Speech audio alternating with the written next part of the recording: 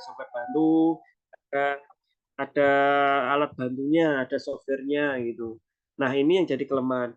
Biasanya kalau software itu memang mempermudah kita, tapi kalau di sisi untuk perencanaan pajak itu yang bikin nggak bagus di situ. Karena kalau sistem itu ya kalau sistem yang bagus itu jam 12 malam dia ngunci, sudah nggak bisa diapa-apakan kalau jam 12 malam. Tapi kalau ada software yang bisa dilakukan editing, itu malah justru menurunkan tingkat validitasnya. Ini baiknya kita melakukan pelatihan terhadap laporan keuangan ya, atau membuat laporan keuangan menggunakan Excel ini. Saya bertemu dengan beberapa orang, entah itu auditor, entah itu konsultan, itu semuanya pakai Excel semua yang dia pakai. Karena memang kalau pakai Excel itu melakukan editingnya mudah, melakukan perencanaannya mudah. Ya, memang ada tata caranya. Di lain sisi kita tahu untuk membuat laporan keuangan bukan tata cara yang mudah. Meskipun anak akuntansi pun yang memang seharusnya dibuat seperti ahlinya ya gitu ya di akuntansi itu belum tentu menguasai. Nah, langkah bagusnya nanti kalau dunia kerja itu memang kita sudah menguasai laporan keuangan. Itu akan sangat bagus. Karena memang yang dibutuhkan ya yang expert gitu ya. Oleh karena itu kita nanti tanggal 28 kita bisa bertemu, kita bisa sharing. Syukur-syukur nanti ada case-nya gitu ya. Case ini dalam arti yang sudah bekerja, saling kita tanya feedback-nya bagaimana. Kalau yang belum bekerja nanti saya siapkan case-nya sendiri gitu ya. Mulai dari yang sedang, menengah, sama yang berat itu ada semua. Tenang aja nanti ya. Saya coba share screen ya. Sebentar ini saya share screen. Saya akan menyampaikan ini beberapa hal yang perlu akan jadi bahasan kita. Nah, ini yang saya gunakan adalah punyanya UMKM nih ya. Kenapa laporan keuangan itu penting? Ada perencanaan bisnis, pemantauan posisi keuangan, mengontrol biaya, mempermudah pinjaman bank, manajemen pajak, alat pengambil keputusan. Jadi laporan keuangan itu banyak sekali ya manfaatnya. Karena memang untuk perencanaan bisnis ya. Ya kalau nggak laba ngapain bikin bisnis kan gitu logikanya. Kemudian pemantauan posisi keuangan. Ini ya juga dilihat jangan sampai karena laporan keuangan dibuatnya bulanan kita nggak mantau tiap hari, tiap mantau tiap tiap minggu. Tiba-tiba ambruk gitu kan ya nggak bagus ya. Kemudian mengontrol biaya, jangan sampai biaya-biaya yang nggak perlu atau biaya nggak efisien itu tetap masuk. Misalkan apa Pak contohnya, kontrol biaya itu kok tagihan listriknya tinggi ya gitu. Ternyata pada saat malam hari lampunya lupa dimatikan, AC-nya lupa dimatikan. Itu bisa. Nah, itu untuk kontrol biaya. Nah, kemudian paling banyak manfaatnya nih mempermudah pinjaman bank. Sebenarnya kalau kalau laporan keuangannya itu bagus gitu ya, itu orang bank itu seneng, pemilik itu seneng. Karena apa? Karena kalau laporan kita bagus itu mereka percaya oh ternyata pinjaman kita ini bagus loh dikelola dengan baik ya itu bisa bisa jadi mempermudah kita untuk diakses sama pinjaman bank. Kita tahu sendiri kalau pemilik itu rata-rata saya pastikan ya hampir semuanya itu pasti pinjam bank untuk memutar modalnya. Nah orang bank juga kan enggak ini ya enggak bodoh atau enggak mudah percaya. Nah itu harus ada bukti otentiknya yang kita gunakan laporan keuangan itu. Kemudian yang kelima ini manajemen pajak ini yang juga penting. Ini udah banyak sekali kejadian itu blokosuto ya. Blokosuto itu artinya kalau di bahasa Indonesia kan itu apa adanya. Ya remuk kalau kita laporan keuangan apa ada, laporan keuangan untuk pajak kita apa adanya ya remuk ya. Masa iya tiba-tiba omsetnya nggak seberapa, tiba-tiba tagihan pajaknya segunung ya malah malah boncos sendiri, nggak ada manfaatnya gitu. Terus kemudian terakhir pengambil keputusan. Jadi laporan keuangan itu juga untuk ngambil keputusan ya, entah itu dalam bentuk strategis atau tidak, atau mungkin juga aksi korporasi. Misalnya membuka cabang, menggabung cabang, itu namanya aksi korporasi. Itu bisa kita pakai pakai laporan keuangan itu bisa. Kemudian nih di laporan keuangan itu kan sudah pas jelas tentu ya ada neraca, ada laba rugi. Ini laporan neraca ini bisa memperlihatkan bahwa seluruh laporan keuangan itu bisa terlihat di neraca. Dia sering menyampaikan kalau di kelas itu neraca itu adalah mukanya atau kesimpulannya dari laporan keuangan. Ya, itu ada kewajiban harta dan modal itu kelihatan semua di neraca. Di neraca ini biasanya memang ditaruh di paling depan. Nah, nanti kita akan belajar bareng, kita akan belajar bersama, kita akan membedah bagaimana menyusun neraca itu yang baik, bikin neraca juga yang mudah dipahami, bikin neraca yang transparan itu harus kita buat. Kemudian ada laporan laba rugi komprehensif ini yang paling penting. punyanya pemilik. Kalau bikin usaha nggak laba terus ngapain dilanjutin kan gitu ya. Itu juga jadi bahan pertimbangan. Kalau laba itu ya senang pemiliknya, karyawannya senang, dapat bonus biasanya gitu. Kalau laba terus nanti oh kita tahun depan piknik atau kita dapat bonus gitu ya. Biasanya itu menggunakan laba rugi ini. Laba rugi ini juga sangat berkaitan dengan perpajakan. Kalau perpajakannya pinter, perpajakannya matang itu enak kalau dilihat dari laba ruginya. Kita bisa apa ya? Bisa sanggah kalau ada apa-apa dengan perpajakan kita ya atau dengan KPP biasanya.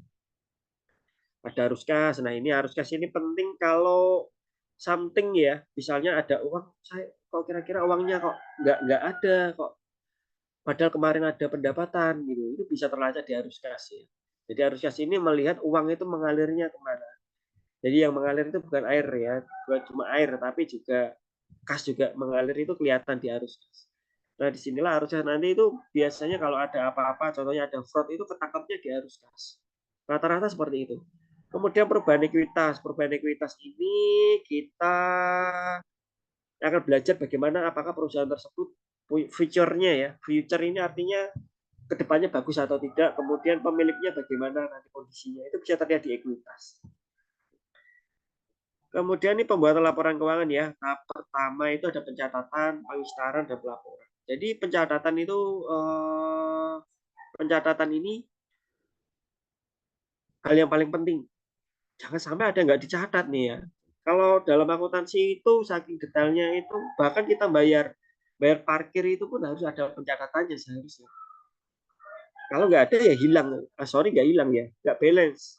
Artinya ada uang keluar tapi nggak ada pencatatan itu harusnya nggak balance. Itu pencatatan. Kemudian ada pengikhtisaran ya. Pengikhtisaran ini dia masuk akun apa ya. Misal akun apa ya laba ya masuk akun laba, pendapatan ya pendapatan, rugi ya rugi, akun modal ya modal ya. Itu namanya pengikhtisaran. Kemudian tahap laporan. Tahap laporan ini bagaimana kita menyajikan laporan keuangannya. Gitu. Menyajikan laporan keuangannya. Kalau laporan keuangannya ini bagus ya gitu terus keren gitu, seneng pasti. Lihatnya enak dilihat, membacanya mudah.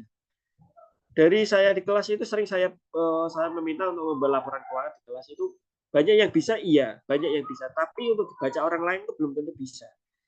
Karena memang di laporan keuangan itu juga ya ini ya caranya dia milih font, caranya dia menampilkan, caranya dia mencatat itu ternyata tiap orang berbeda-beda. Dan sekarang itu kalau kita ketahui ada standarnya ya untuk tahap laporan. Nanti kita belajar bersama saat bertemu langsung.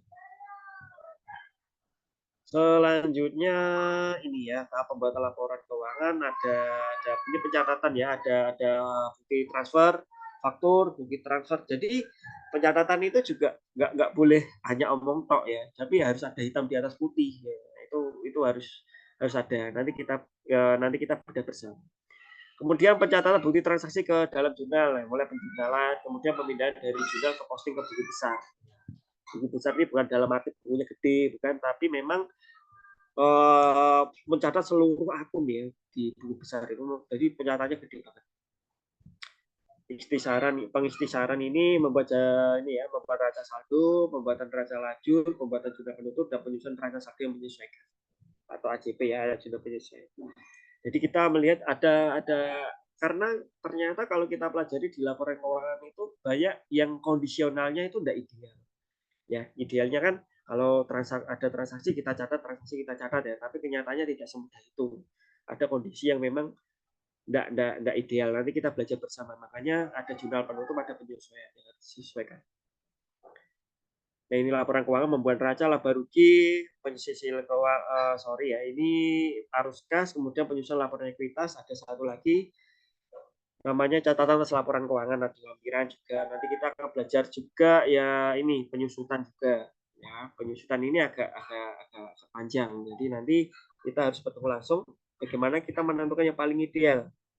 Ya. Kemudian nah ini ya komponen laporan keuangan ada aset, liabilitas, ekuitas, pendapatan dan beban. Ini untuk anak akuntansi pasti sudah nggak asing kalau di bangku kuliah, tapi kenyataannya itu memang ya mau gimana lagi ya saya pahami meskipun lulusan akuntansi pun belum tentu memahami 100% ya. Memang ada kendala kalau di perkuliahan itu karena memang nggak fokusnya artinya bukan spesifik langsung membuat laporan keuangan tidak, tapi harus memahami pengembangannya juga. Kemudian ada aset, ada liabilitas, ada ekuitas, ada pendapatan, ada beban. Nah, ini ya. Itu sudah clear itu sudah clear ya. Itu sudah clear. Nanti kita akan pelajari bersama terkait dengan komponen laporan keuangan ya, terkait dengan neraca, laba rugi, arus kas, ekuitas dan sebagainya itu mengapa itu diperlukan, mengapa itu penting. Nanti akan kejawab dengan sendirinya kenapa harus membuat itu gitu ya. Karena saya juga sendiri dulu kenapa sih harus membuat seperti ini, ternyata memang harus dibuat dan harus membuat ya itu. Itu harus ya, sesuatu hal yang harus terpenuhi. Selanjutnya ini contoh-contohnya ya, ada laba rugi, ada arus kas. Nanti ini kita akan pelajari bersama-sama. Ini nanti pajak kita akan ini ya, akan mengelola pajaknya. Kenapa penting pakai Excel saja daripada pakai sistem. Semuanya saling membantu, saling berkaitan. Tapi kalau kita membuat laporan keuangan pajak itu kita akan disayangi pemiliknya ya, karena yang dikeluarkan untuk pajak itu lebih bisa ditekan gitu ya.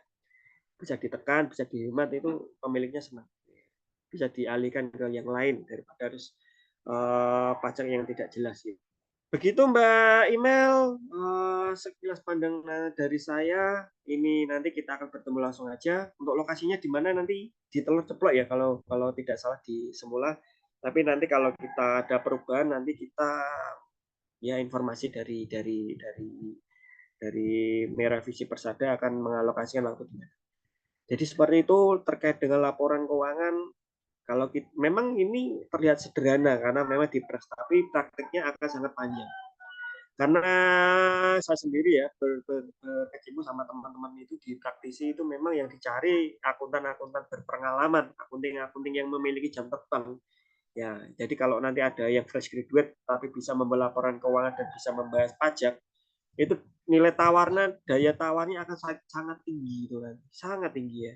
Itu akan dengan senang hati akan diterima karena memang ilmunya sulit. Demikian dari saya Mbak Email, saya serahkan. Mungkin jika ada pertanyaan atau diskusi kita bahas sore ini. Demikian dari saya sih. Saya kembalikan ke Mbak Email. Oke, baik. Terima kasih untuk Pak Bambang atas paparannya. Mungkin dari teman-teman, apakah ada yang mau bertanya? Bisa langsung raise hand atau mungkin bisa dituliskan di kolom komentar untuk pertanyaannya. Silakan untuk teman-teman yang ingin bertanya kepada Pak Bambang. Yuk, kita tunggu nih ada pertanyaan atau enggak nih dari teman-teman. Yang jelas nanti kita bawa laptop ya itu ya. Nanti kita bawa laptop. Ya, betul Bapak. Untuk latihannya. Iya, betul. Ayo dari teman-teman, mumpung nih ada ahlinya dan ada yang bisa menjawab pertanyaan kekepoannya berkaitan dengan pembuatan laporan keuangan, bisa ditanyakan dulu ke Pak Bambang dari teman-teman. Yuk, yuk, yuk. Kira-kira bisa nggak ini ada yang bertanya gitu? Sepertinya sepi ya Bapak ya. Mereka pusing atau antara pusing dan udah paham. Oh ini ada nih, ada pertanyaan dari Kak Aditya Bagus Triwidiantoro. Pertanyaannya, dalam mengatur keuangan untuk menyimpan sebagai tabungan dan sebagian pengeluaran sebaiknya berapa persen ya Pak? Nah, mungkin dari Pak Bambang sendiri bisa langsung dijawab saja ya Bapak ya untuk pertanyaannya. Ya, Dalam silakan. mengatur keuangan untuk menyimpan sebagai tabungan dan sebagai pengeluaran sebaiknya berapa persen ya Pak? Oke. Ini pertanyaan dari Aditya Bagus ya, dari Aditya Bagus. Pertanyaan yang bagus ya, sesuai namanya. Jadi untuk mengatur keuangan, menyimpan tabungan ini sebaiknya pengeluaran sebaiknya berapa persen ya Pak? Ini yang kurang bagus ya, ada info kurang bagus bagi saya ini informasi. Jadi sekarang Cortex ada Cortex Mas. Jadi Cortex ini saldo berapapun kita itu akan ketahuan sama pajak. Cuma katanya itu kalau di bawah 1 miliar, di bawah 1 miliar itu enggak dilihat. Yang dilihat itu di atas 1 miliar. Itu nanti akan dilihat berapa uangnya itu dari mana gitu. Saran saya kalau mengatur keuangan untuk menyimpan tabungan dan pengeluaran itu sebaiknya dipisah, Mas. Sebaiknya dipisah. Jadi kalau punya beberapa rekening itu akan bagus. Jadi punya usahanya apa, untuk pribadi berapa, dan untuk transaksi harian itu rekeningnya dibuat berbeda-beda. Itu akan lebih bagus. Jangan sampai terkumpul jadi satu. Nanti kalau sama ada pajak itu kurang bagus ya nanti. Karena nanti bisa ditanyakan, loh kok ada uang ini dari mana? Padahal itu bisa jadi hanya uang titipan saja dari saudara atau sebagaimana gitu. Jadi untuk mengatur keuangan, menyimpan sebagai tabungan dan sebagai pengeluaran itu sebenarnya nggak ada acuan. Nggak ada acuan. Ya selama kalau nggak ada usaha nggak apa-apa sebetulnya. Yang jadi masalah kalau punya usaha nanti dapat surat dari pajak. Gitu, Mbak Imel. Oke, baik untuk jawabannya. Sudah menjawab ya, Pak Mas Aditya Bagus ya. Oke, terima kasih banyak, Pak. Oke, kita lanjut ke pertanyaan berikutnya dari teman-teman. Apakah ada yang mau bertanya lagi nih? Mumpung ada Pak Bambang. Kalau ada pertanyaan bisa dijawab. Seperti itu ya, teman-teman. Yuk, teman-teman. Bisa bertanya ya. Yuk, teman-teman, yuk. Kita Silakan jika ada bertanya. yang Yuk, pertanyaan. yuk. Mumpung masih berlangsung nih webinarnya. Nanti kalau misalnya udah selesai, mau tanya apa, udah kelewat nih gitu, teman-teman. Yuk, yuk, yuk. Jadi kalau ada rekan, ada teman yang belum bergabung, nanti saya sarankan untuk ikut saja, nggak apa-apa. Karena memang ini akan jadi bekal yang sangat-sangat ini ya, sangat mahal begitu ya. Karena memang untuk membuat laporan keuangan juga bukan sesuatu yang mudah. Sangat sulit, saya pun sangat sulit membuat laporan keuangan itu. Iya, betul. Setuju, Bapak. Karena untuk membuat laporan keuangan sendiri nggak bisa asal-asalan juga ya, Bapak. Ini ada dari Kak Gia Jessica Ramadhani. Izin bertanya, bagaimana cara menyusun laporan keuangan yang sesuai dengan peraturan perpajakan yang berlaku? Gitu, Bapak. Mungkin bisa langsung dijawab saja, Pak Bambang. Ya, pertanyaan yang bagus dari Gia Jessica Ramadhani. Jadi untuk laporan keuangan yang sesuai dengan peraturan perpajakan yang berlaku. Jadi kalau membuat laporan keuangan itu acuan kita bukan pajak, bukan perpajakan, tapi perpajakanlah yang mengacu pada laporan keuangan. Ya, jadi untuk membuat laporan keuangan yang baik dan yang bagus itu ada triknya ya, sangat teknis banget. Kalau yang untuk laporan keuangan untuk perpajakan itu kita harus membuat laporan keuangan itu ada dua, ada fiskal, ada komersial. Yang komersial ini kita berikan untuk para pemilik, untuk para intern, tapi untuk yang laporan keuangan fiskal itu kita berikan untuk orang luar. Jadi ada dua laporan keuangan. Nah, itu nanti ya. Jadi bagaimana muncul laporan keuangan yang sesuai dengan peraturan perpajakan yang berlaku? Ya, itu nanti itu panjang ceritanya. Karena kita pakai pakai aturan nih, omsetnya berapa, jenis usahanya apa, berdiri tahun berapa, NPWP-nya bagaimana. Itu akan panjang sekali itu terkait dengan menyusun laporan keuangan perpajakan. Terutama yang untuk UMKM itu bisa jadi 0,5, bisa jadi 22%. Nah, ini yang jadi masalah kalau kita enggak jeli, enggak teliti, bisa pakai 22% ya bahaya kalau usaha kita seperti itu. Nah, bagaimana menyusun laporan keuangan yang sesuai dengan peraturan perpajakan? Identifikasi dulu usahanya apa, omsetnya berapa, bentuk usahanya apa, badan hukumnya apa, itu perlu gitu. Jadi nggak bisa kita bicara langsung sikat gitu, nggak bisa. Karena kita kalau perpajakan di badan usaha itu tidak seperti kita pajak bayar motor, langsung tarifnya sekian, enggak. Kita ngitung dulu. Yang usaha kita, yang laporan kita, yang membayar juga kita. Itu di perpajakan. Gitu Mbak Gia Jessica Ramadhani.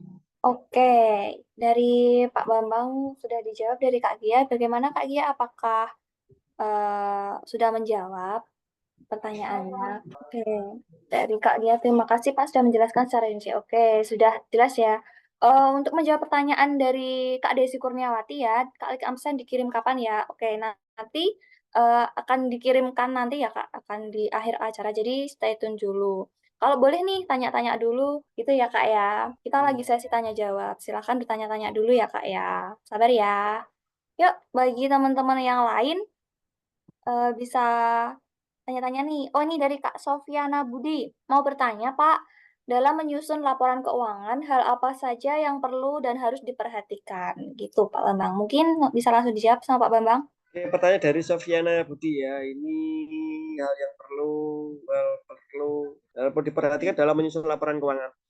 Yang perlu diperhatikan paling penting adalah identifikasi dulu. Jadi dia akunnya apa gitu ya.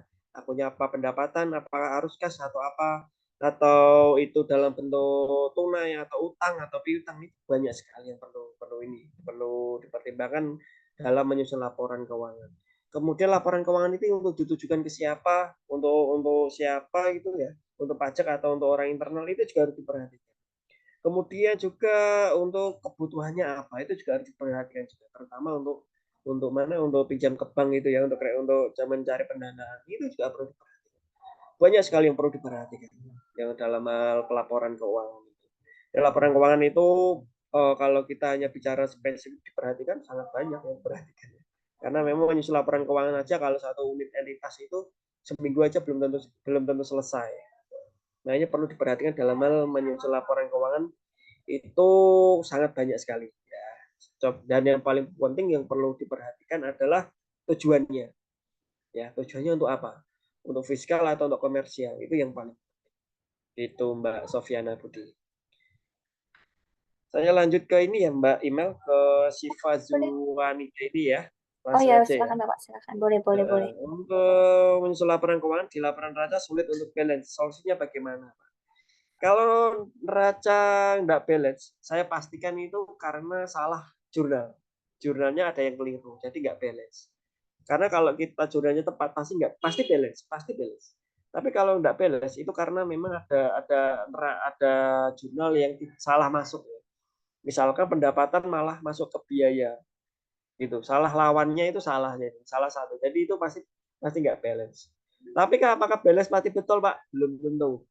Balance saja belum tentu betul, apalagi nggak balance. Nah, itu yang jadi unik. Gitu Mbak Siva Junaida. Banyak yang perlu perlu diperhatikan agar balance.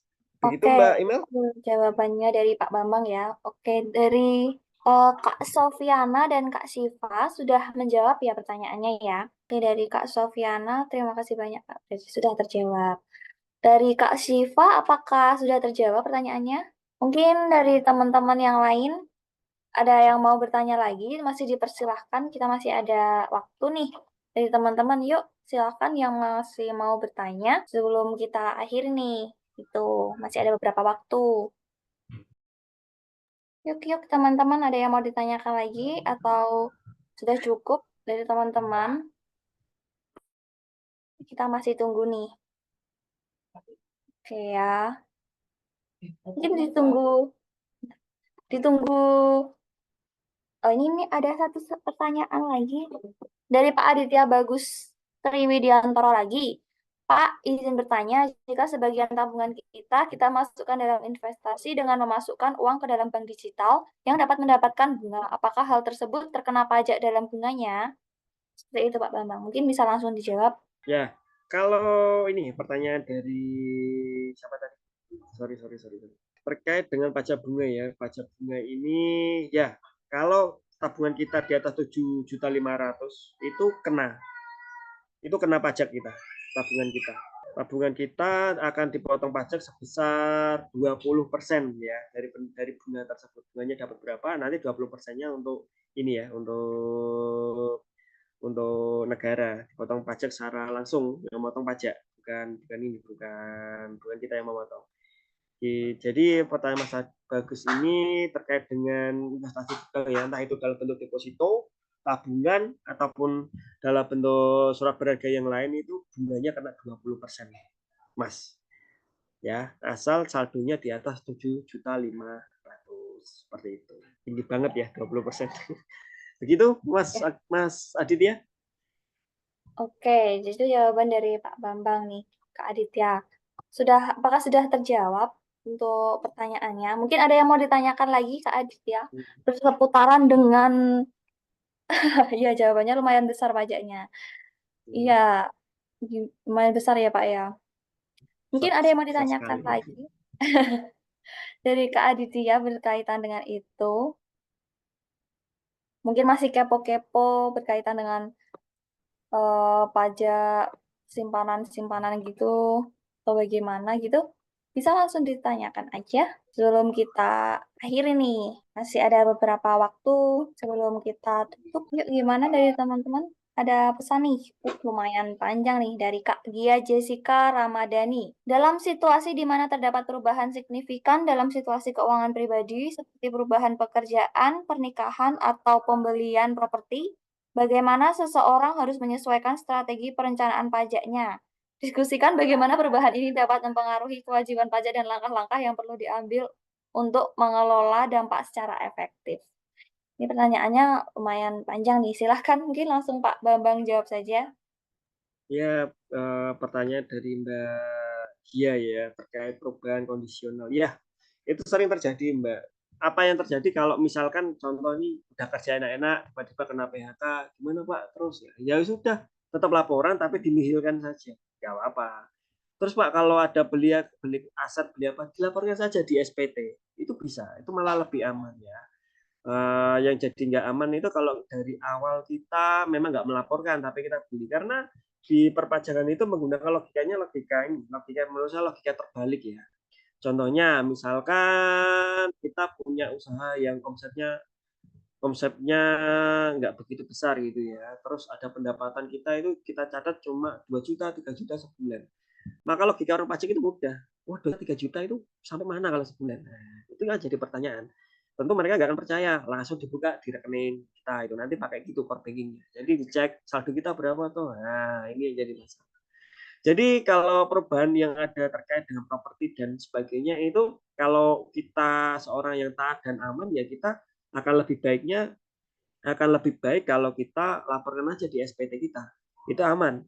Tapi kalau nggak mau melaporkan ya apa yang kita dapat itu harus kita simpan secara tunai. Ya bisa kita pakai rekening gitu di perbankan. Kebaca kita uangnya, kelacak dari mana asalnya. Terus kemudian berapa nominalnya itu kelihatan semua. Apalagi sudah ber-NPWP ya. Itu kalau punya NPWP itu tinggal masukin keluar semua itu. Dari mana asalnya, berapa nominalnya, itu kelihatan semua. Nah, alangkah lebih bijak memang kalau kita dari awal itu mengelola perpajakan kita. Jangan asal-asalan ya, karena memang ada logikanya.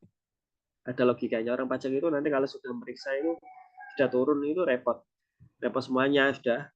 Saya pernah menangani masalah itu pajak yang nggak seberapa cuma 11 juta membengkak jadi 400 juta. Pernah itu kejadiannya. Itu ya kalau mengelola perpajakan harus benar-benar jeli, harus teliti.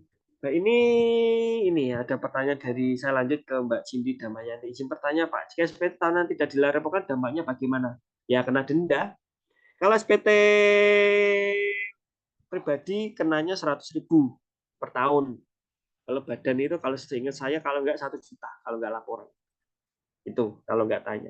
SPT itu kita nggak kayak dulu kok, nggak pakai formulir itu enggak. Kita bisa unduh di pakai sistem itu ya di DJP itu mau dapat penghasilan atau tidak berapapun itu tetap laporan tapi dinihilkan saja atau nol ya bukan berarti kita nggak laporan tetap laporan cuma nihil gitu jadi apakah apakah laporan atau tidak tetap laporan meskipun meskipun di SPT kita apa ya perubahannya nggak signifikan misalkan semula semula dapat pekerjaan tiba-tiba PHK itu juga harus tetap laporan tapi dalam bentuk nihil gitu. Kecuali kondisi yang amit-amit ya meninggal dunia itu tetap laporan pajak akan di non efektifkan ya NPWP-nya itu harus laporan ke kantor pajak itu Mbak Cindy Damayani. Kemudian ini saya lanjut ke Nur Safaatin ya Pak pajak untuk tahun depan kan akan dinaikkan pengaruh regulasi pajak terhadap laporan keuangan perusahaan bagaimana Pak?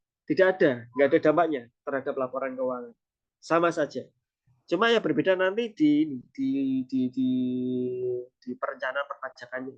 Misalkan ya, kalau tahun depan naik itu kan PPN itu yang naik jadi 12%. Itu di retail itu ya. Karena final ya nggak bisa kita hindari. Kalau kita udah beli barang yang baru nggak bayar pajak, tapi kalau kita beli barang di Alfamart, Indomaret kena 12%. Tapi apakah kalau di laporan keuangan seperti PPh Badan itu nggak ngaruh sih, nggak ada pengaruhnya, sama saja. Cuma nanti di laba ruginya yang dilihat ya, sama saja, nggak ada perubahan. Karena perpajakan itu nggak perpajakan lah yang menyelesaikan laporan keuangan, bukan laporan keuangan yang menyelesaikan perpajakan. Tidak seperti itu. Nah, nanti kita kalau pelatihan pada tanggal 28 nanti kita akan ketemu, akan membahas itu secara dalam. Mengapa laporan keuangan itu bisa jadi tameng kita? Laporan keuangan itu bisa jadi benteng kita kalau ada perpajakan. Itu. Apalagi untuk kawasan Salatiga sama Kabupaten Semarang ya itu sangat sangat strict banget perpajakannya. Karena di Salatiga kota kecil sehingga membutuhkan pendapatan besar. Kemudian Kabupaten Semarang kecenderungannya adalah industrial. Itu kalau laporan keuangannya nggak paten ya udah bahaya sekali. Itu penting banget untuk daerah Kabupaten Semarang dan Salatiga laporan keuangan. Seperti itu Mbak Nur Safaatin. Silakan Mbak Imen. Terima kasih Pak Bambang untuk jawabannya. Uh, dari teman-teman, oke ini dari Kak Nur Safaatin bilang terima kasih Pak. Jadi sudah terjawab ya untuk pertanyaannya ya Pak ya. Dari teman-teman, mungkin ini sudah jam 5 ya. Ini sudah mendekati akhir acara. Ini bisa teman-teman mulai isi daftar hadir yang sudah dikirimkan di kolom komentar ya. Untuk mendapatkan sertifikat bisa mengisi daftar hadir yang sudah dikirimkan. Mungkin untuk sesi tanya jawabnya cukup sekian aja ya Bapak. Kita sambung di kesempatan lain kali.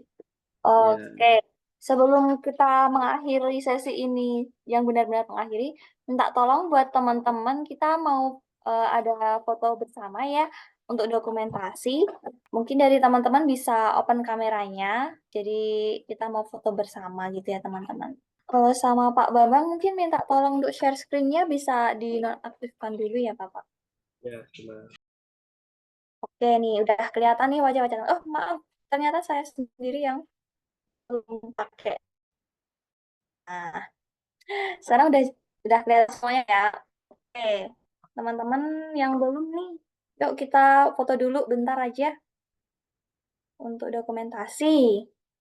Saya hitung ya, teman-teman yuk.